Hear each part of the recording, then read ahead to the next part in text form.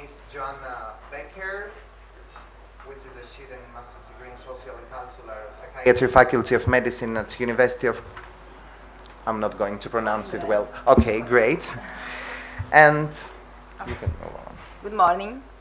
I'm here to talk about my research about trauma, specifically about the recovery from psychological trauma.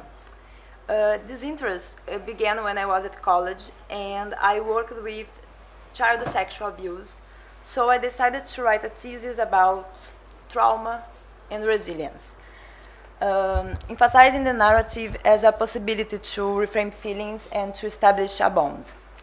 Since then, as a psychologist, I have seen some patients with somatization as a consequence of the impossibility of sharing their traumatic experience. And considering that the concern about violence is always growing, I think that to study trauma remains essential. But what's trauma? I understand trauma as a violation, when the victim is knocked down and dragged into a direction that he doesn't want to go.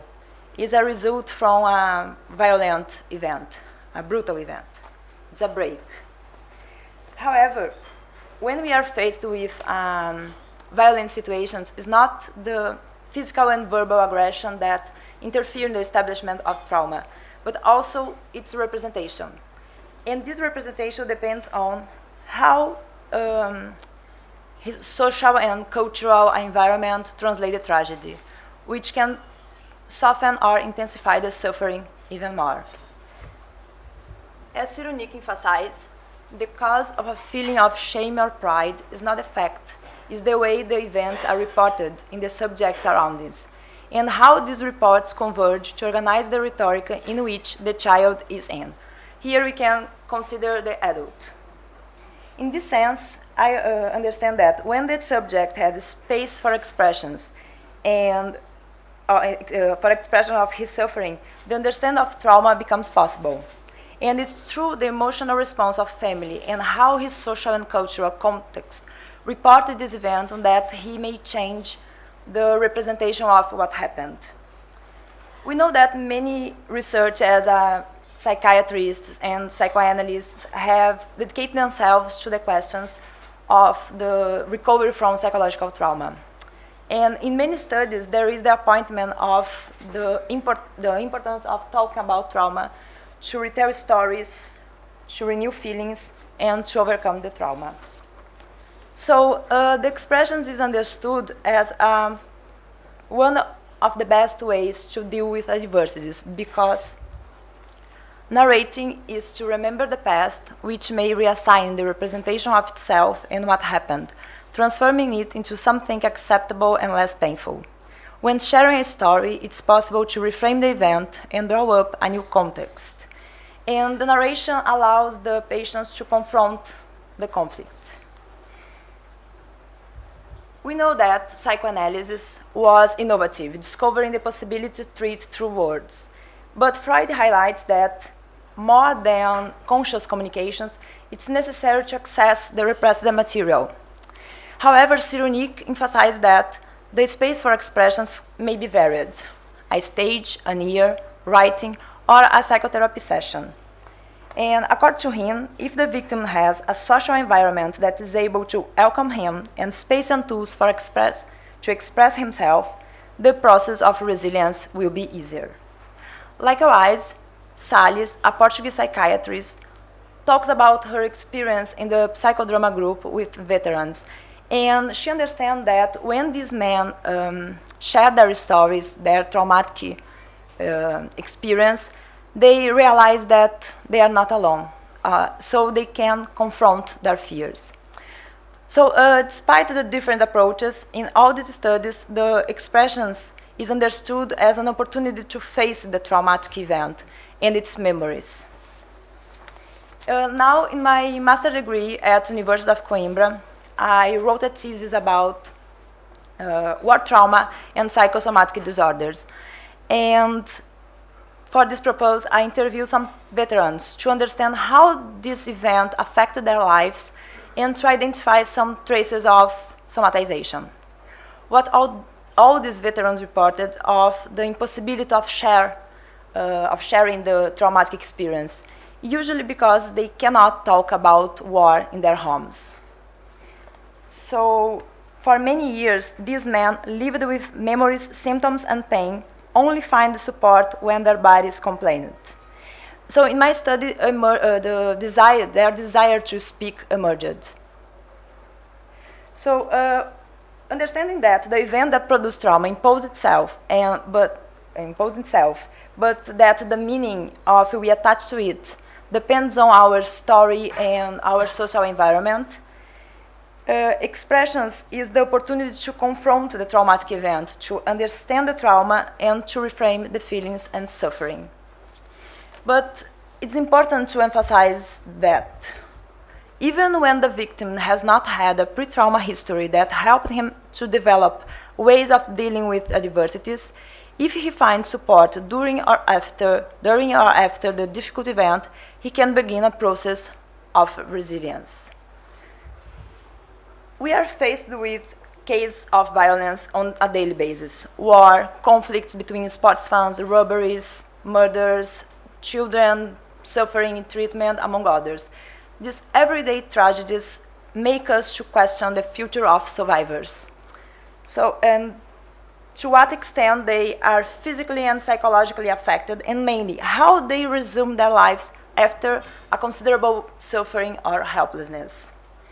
Understand that the resilience is a process, and that the first years of life is essential to develop a resilient person. We think about the adults that suffer with some traumatic experience. How can these adults develop resilience? It's through the narrative, telling their stories at significant stages of their lives, that they will be made capable of enduring adversities. Although we can consider that an individual support as a psychotherapy session is the best approach to help victims, it's important to understand that in many situations we cannot offer this to them. But it is possible to offer a place and tools for expression, and professionals capable of managing this group. We may help them to understand what happened, reframe feelings, to qualify their affection, and then to overcome trauma. Thank you.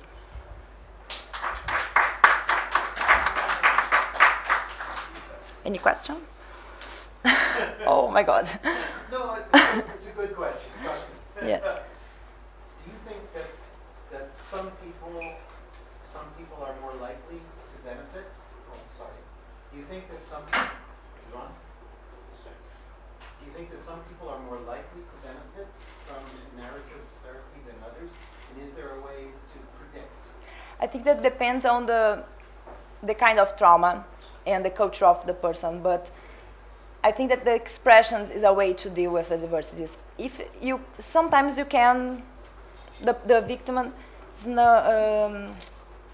doesn't recover from psychological trauma, but he can understand what happened. And in my experience in Coimbra now with veterans, they said that the impossibility of sharing their experience was the worst way to the responsible of the psychosomatic manifestation. So when they started to share their experience, traumatic experience, and they started a psychotherapy or psychodrama group, they started to overcome. Sometimes they don't, but it's a possibility that to understand. I don't know if I answered. I did contract work for a veterans organization, so I dealt with a lot of people who had come back from wars. And I found that for myself, at least in the people that I dealt with, that there was a combination of fear, shame, and guilt. Yeah. And they seemed very different in terms of the results that were produced in the person, depending on whether they were just afraid from the experience. These are soldiers who had come back and were suffering from PTSD symptoms, And depending on whether the issue seemed to be based on fear or whether they were ashamed or whether they were guilty, it seemed to manifest in different ways. Is there anything in the literature or in your experience that would talk to this? It's about the shame. In many cases, they feel shame because they feel like cowards, because they can't complain about the war. They can't talk about the war at home, and their families think that this is a manifestation of cowardice. Yes. So this is more difficult to deal and to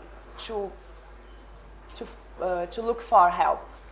And usually they look for help when they have some disease, the physical symptom, the physical manifestation, not emotional. E ficar